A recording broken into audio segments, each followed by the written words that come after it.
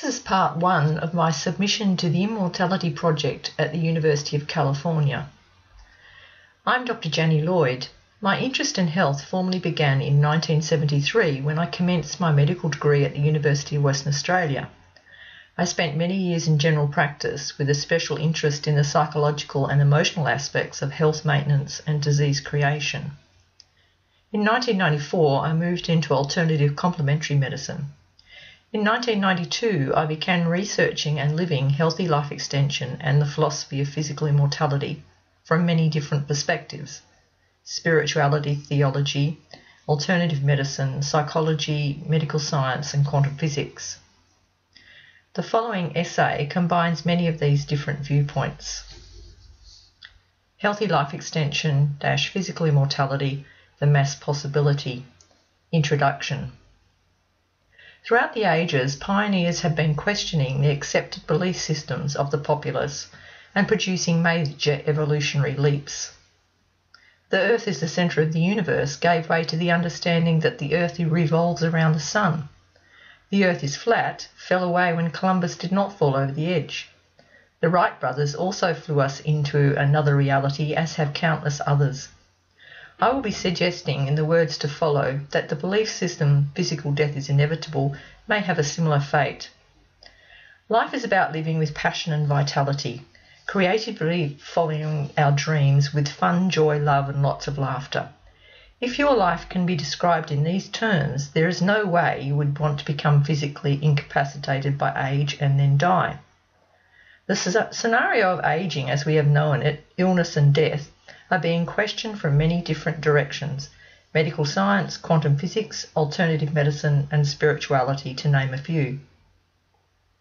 I have been living and researching the possibility of physical immortality since 1992. Let me share with you the insights I have gained over that time. I encourage you to look within, listen to your own inner voice, and see whether it's softly singing the same melody of life. The notes may vary, but the theme of life, life, and more life is the same. Let's now explore the realm of life. Why do I feel that physical immortality is possible? To answer this question, I will begin from the viewpoint of medical science. Medical science is largely based on quantum physics and sees the body as solid matter. We have seen major advances in medical science, particularly over the last 100+ years. In Australia, the average age of death in the late 1800s was 40. The average age of death now is around 80. We've seen a doubling of life expectancy over that time. A doubling of life expectancy was achieved even though the populace believed physical death was inevitable. A major factor for the increased life expectancy was the decrease in childhood death rate, due largely to improved living conditions and medical science. Large amounts of time, energy, and resources are now being channeled into geriatric medicine, which will probably achieve even more profound results. A very conservative estimate of average lifespan 100 years from now, based on what we've seen in the last 100 years, is a further doubling to 160. There have been 2 wonderful books written which chronicle the advances in medical research, which are leading to not just increased longevity, but physical immortality. They are The Last Mortal Generation by Damien Broderick and Immortality by Ben Bova. Damien Broderick commences his book by saying, "Sometime during the 21st century, ordinary humans like you and me, or our children or grandchildren, will be offered new medical treatments that will lead eventually to physical immortality. Science and technology, to be more precise, will provide the option of indefinitely extended youthfulness. That will be the start of an epoch where old age is unknown and nobody ever again will need to die." End quote. Ben Bova begins his book with equally powerful statements. "The first immortal human beings are probably living among us today. You might be one of them. There are men and women alive today who may well be able to live for centuries, perhaps even extend their lifespans indefinitely. For them, death will not be inevitable. As the American immunologist William R. Clark put it, death is not inextricably intertwined with the definitions of life. Just because human beings have always died does not mean that they always will die." End quote. The areas of medical research discussed in Broderick and Bover's books include gene therapy, regeneration, cloning, and nanotechnology. Damien Broderick reports on a biological discovery instantly dubbed as a cellular fountain of youth. In 1998, researchers Woodrow Wright and Jerry Shea of the University of Texas Southwestern Medical Center at Dallas and their colleagues at Geron Corporation had found a way to extend the mortal lifespan of typical human cells cultured in the lab using an enzyme telomerase, usually restricted to only a few of the body's tissues. To be more exact, the cells were given an artificial gene construct coding for a part of the telomerase enzyme. A full 6 months after that epic-making announcement, and I'm quoting here, Wright told me that the treated cells continued to divide long after they normally would have perished from old age. The untreated control cells had reached senescence, in effect standard fatal old age for such cells, at about 65 divisions. By July 1998, the treated cells, by contrast, had reached 180 to 200 divisions and were still alive. Thus, Wright added, one could say that they had now doubled, tripled their lifespan. End quote. These, remember, are normal, healthy human cells. What's more, they show no signs of malignant transformation into tumorous cancers, usually the price paid by body cells that keep dividing beyond the usual shutdown point. In January 1999, cells were still healthy at some 300 divisions, Broderick reports. Ben Bover tells us of successful research in the area of tissue regeneration. Quote, at the 1997 meeting of the American Heart Foundation, 2 research teams revealed that they had used gene therapy to coax the body to grow fresh arteries as natural bypasses for clogged blood vessels. Scientists from St. Elizabeth Medical Center in Boston reported that they had injected 20 patients with laboratory-produced versions of the human gene that makes a protein, vascular endothelial growth factor, which spurs the growth of blood vessels in human fetuses. 16 of the 20 patients who suffered from severely clogged arteries in their legs grew new arteries that carried blood around the clogged vessels.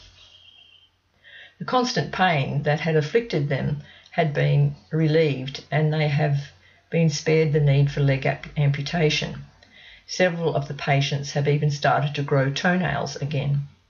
The second team from Brigham Women's Hospital in Boston is using similar gene therapy to make coronary bypass surgery work better.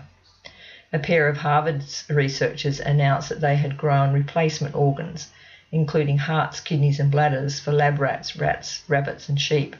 They used the animals' own cells as the starting material, grew the new organs in the laboratory, and then implanted them surgically into the animals. It won't stop there. If new organs can be grown in the laboratory, why can't you grow new organs or limbs in your own body? End quote. Bover also reports on nanotechnology. Quote, nano is the scientific technical prefix for a billionth. It comes from the Latin word for dwarf. Nanotechnology deals with machines that are measured in nanometers, billionths of a meter. A nanometer is not quite a 1/4 millionth of an inch. Drexler's envisioned nanomachines are about the size of viruses. The basic idea behind nanotechnology is that if you could build machines the size of viruses, they would be able to work with individual atoms and molecules. We would enter an era of molecular engineering, in Drexler's phrase. Nanomachines are molecular manipulators. Now picture nanomachines at work inside your body, breaking down plaque on your artery walls, tearing apart invading microbes, rebuilding worn or diseased tissues wherever they are found, molecule by molecule, atom by atom. But Drexler's vision is more than a dream. Research on nanotechnology is underway at universities and laboratories in Britain, Japan and elsewhere, as well as MIT, Stanford, Cornell, the University of Michigan, IBM, Lucent Technologies, Bell Lab, SRI International and other research institutions in the United States." End quote. Fascinating new treatments and research. Both books contain page after page of exciting possibilities. Also remember that the time between a creative theory and a physical reality is reducing. Technology is advancing rapidly. Yesterday's magic becomes today's science and tomorrow's reality. As I stated before, Western medicine is based mainly on Newtonian physics, with the body being seen as solid matter. I spent 20 years studying and practicing Western medicine. From that purely solid matter perspective, I know that your body is a miracle. The orchestration of anatomy, physiology and biochemistry required just to move your little finger is awe-inspiring. You are a miracle becoming more miraculous the more we learn about the body. If you don't feel that way about your body, get hold of a basic physiology or biochemistry book. Learn about the miracle that is you. When you realise how miraculous your body already is, physical immortality will become the next logical step in the evolution of life. For a body that creates miracles with every breath, nothing is impossible. Give thanks for your body on a daily basis. Your life will be enhanced immeasurably. Now let's start shifting your viewpoint from Newtonian solid matter physics towards quantum energy physics. Deepak Chopra in his book Ageless Body, Timeless Mind gives us a view of our body at the atomic level, still solid matter but close to the border between matter and energy. Quote, "Your body must live on the wings of change. At this moment, you are exhaling atoms of hydrogen, oxygen, carbon and nitrogen that just an instant before were locked up in solid matter. Your stomach, liver, heart, lungs and brain are vanishing into thin air, being replaced as quickly and endlessly as they are being broken down. The skin replaces itself once a month, the stomach lining every 5 days, the liver every 6 weeks, and the skeleton every 3 months. To the naked eye, these organs look the same from moment to moment, but they are always in flux. By the end of this year, 98% of the atoms in your body will have been exchanged for new ones." End quote. And you thought the body you woke up with this morning was the same one as yesterday morning. The only constant in life is change, true at all levels in reality, just more obvious as we edge towards the quantum reality. Just before we leave the solid matter reality, here is some more to ponder about your miraculous physical body. Stem cells. These multi-potential cells have been found in most tissues of the adult body. They have the ability to specialise into every cell of the body and replace any that are malfunctioning. Neuronal stem cells have been found, so even neurons, brain cells, can be replaced. Genes.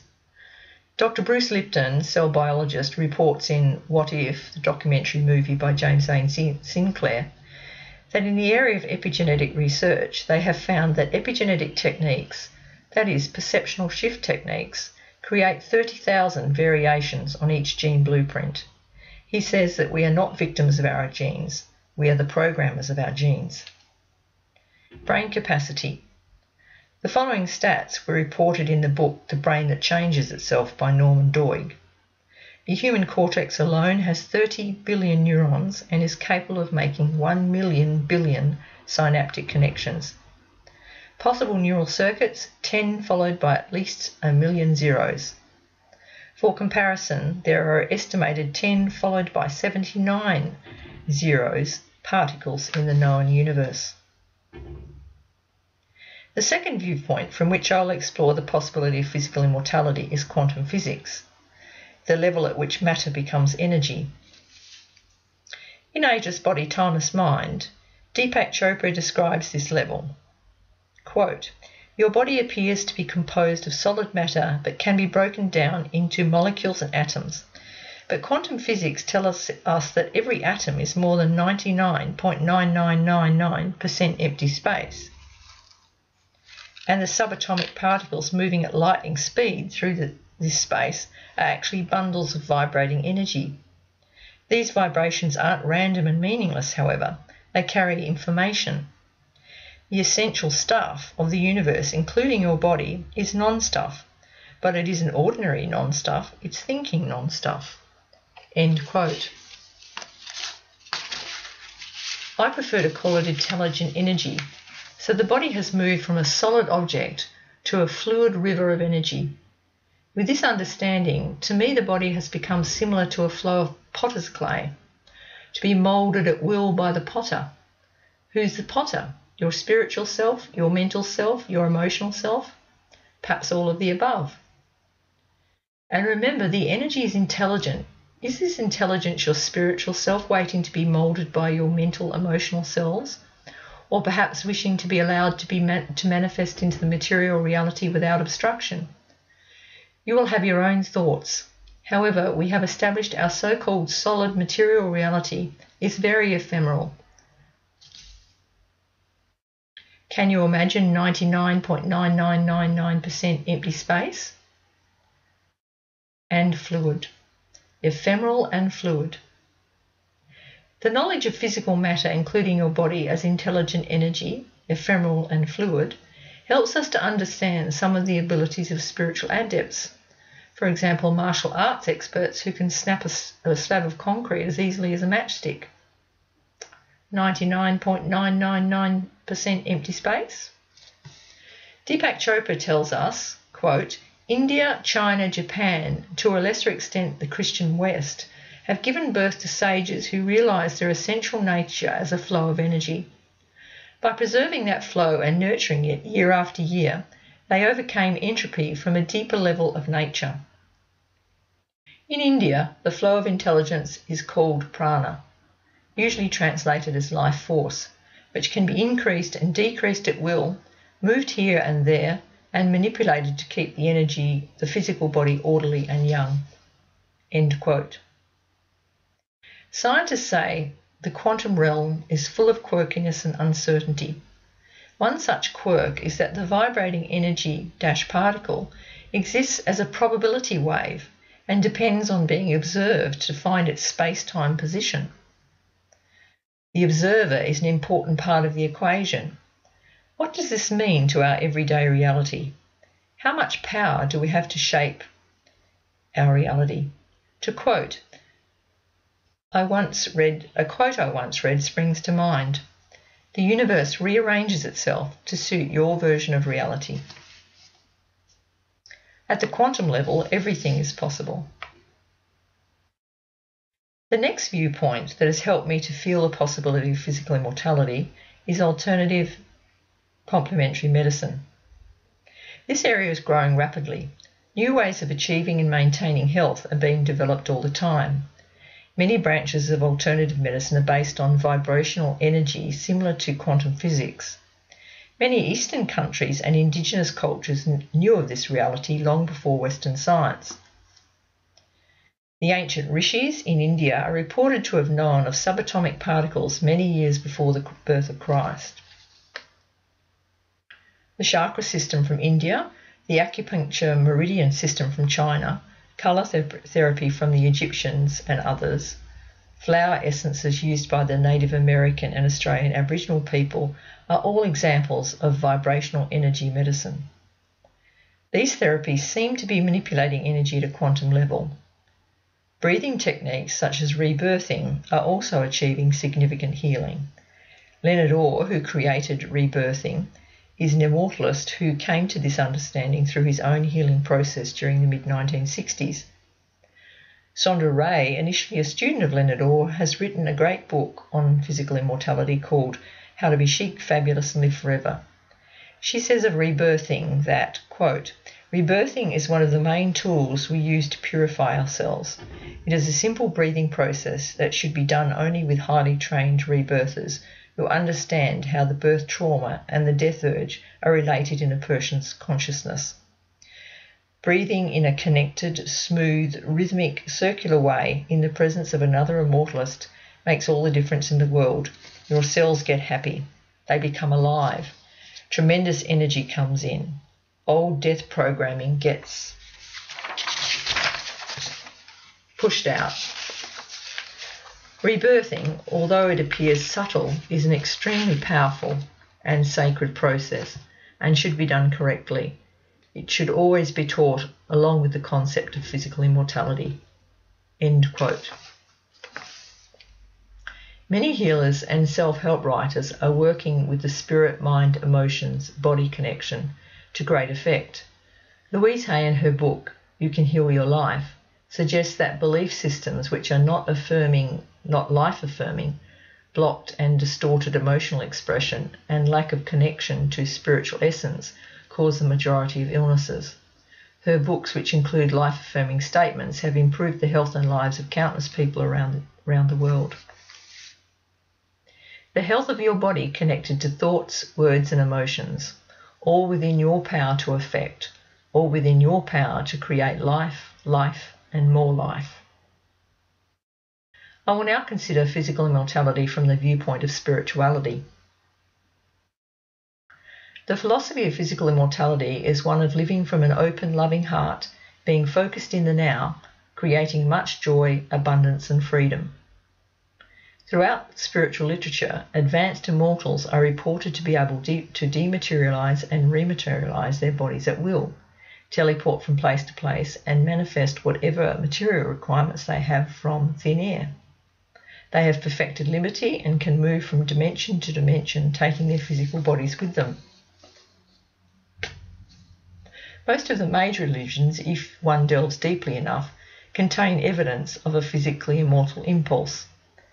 The Judaic Christian religion claims the following advanced immortals: Enoch, Elijah, Melchizedek, Moses, Jesus, Mary, and John the Disciple. Robert Kuhn's excellent book, Physical Immortality, History, Theory and Techniques, gives us further insights. Quote, Enoch is considered the oldest physically immortal being in our Western tradition. His bodily translation is mentioned in Genesis and in Hebrews in the New Testament. After becoming familiar with immortalist concepts, study the Gospel of John in the New Testament. Concise statements about physical immortality leap forth from almost every chapter. Consider these lines from chapter 8. Quote, Know the truth, and the truth will set you free. I tell to you the truth. If a man keeps my teachings, he will never see death. End quote. Elijah is the most prominent immortal in Jewish esoteric traditions. There are many reports of him materializing in the flesh to devout Hasidic rabbis in Eastern Europe. All masters of Kabbalah claim to have mastered their art from face-to-face meetings with Elijah. True Kabbalah is always an oral tradition passed from immortal to student. In contemporary Christian esoteric thought, there is a strong tradition which says that there is an inner church descending from John, which preserves the truth of physical immortality. When this inner church reunites with the outer lineage descending from Peter and Paul, then Christ's true teachings on everlasting life will be understood and welcomed by the world. End quote. The Taoist religion, founded by the immortal Lao Tzu, claims many immortals. According to Robert Kuhn, the Chu Chi Cheng and a general encyclopedia published in 1726 contains the biographies of over 1,000 immortals. Carl Jung studied many spiritual traditions to assist with his understanding of the human psyche. The following is a very interesting quote from Ruth Snowden's Jung, The Key Ideas.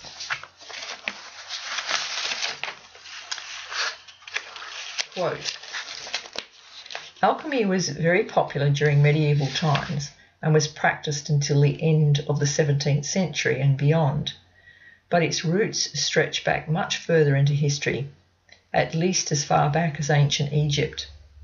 The best known aspect of alchemy is the idea of trying to turn base metal into gold, but in fact there was a lot more to it than that. The ultimate goal was an inner transformation of the alchemist's psyche, and it was this aspect that interested Jung the most.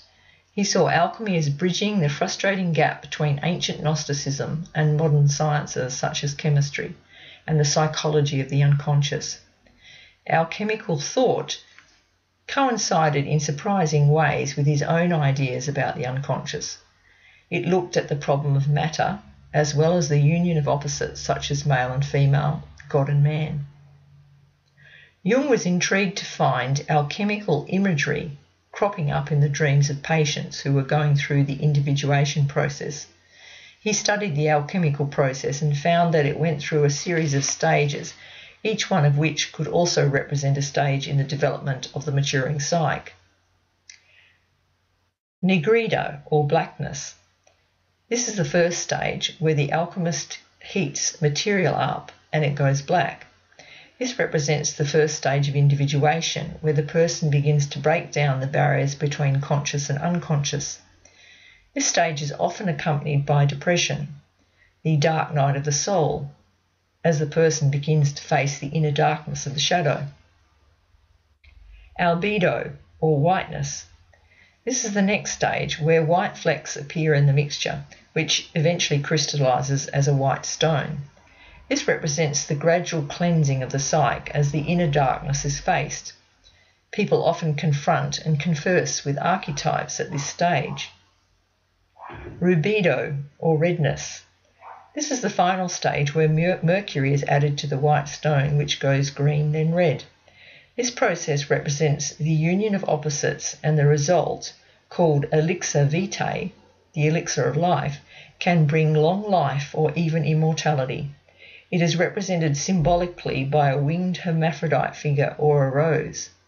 This stage represents the final stage of analysis, the resolution of psychic conflicts, and the balancing of opposites. Jung remarked that much of his work was concerned with this type of balancing process. End quote. The Japanese Shinto prophet Manatada has these teachings about physical immortality. Quote, "When the heart of the divine and the heart of man are one, this is eternal life. Then there is no such thing as death. If you foster a spirit that regards both good and evil as blessings, then the body spontaneously becomes healthy. In truth, the way is easy. He who spends his life in thankfulness grows neither old nor weary. He knows only joy and happiness. Oh, the joy of those who take the teachings of the way of the gods. For them there is neither youth nor age. If the heart is open, then there is no such thing as pain.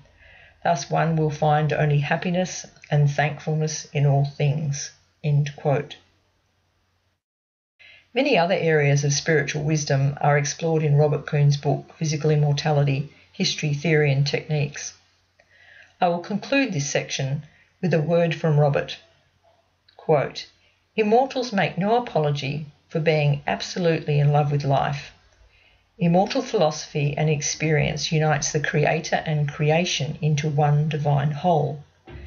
The body is experienced as the most sacred temple of truth, which is destined never to be destroyed.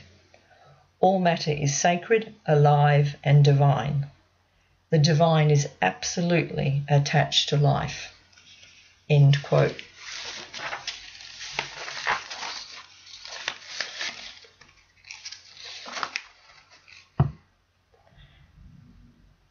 In part 2, I will be asking the question, why would you want to be physically immortal, and exploring the vision.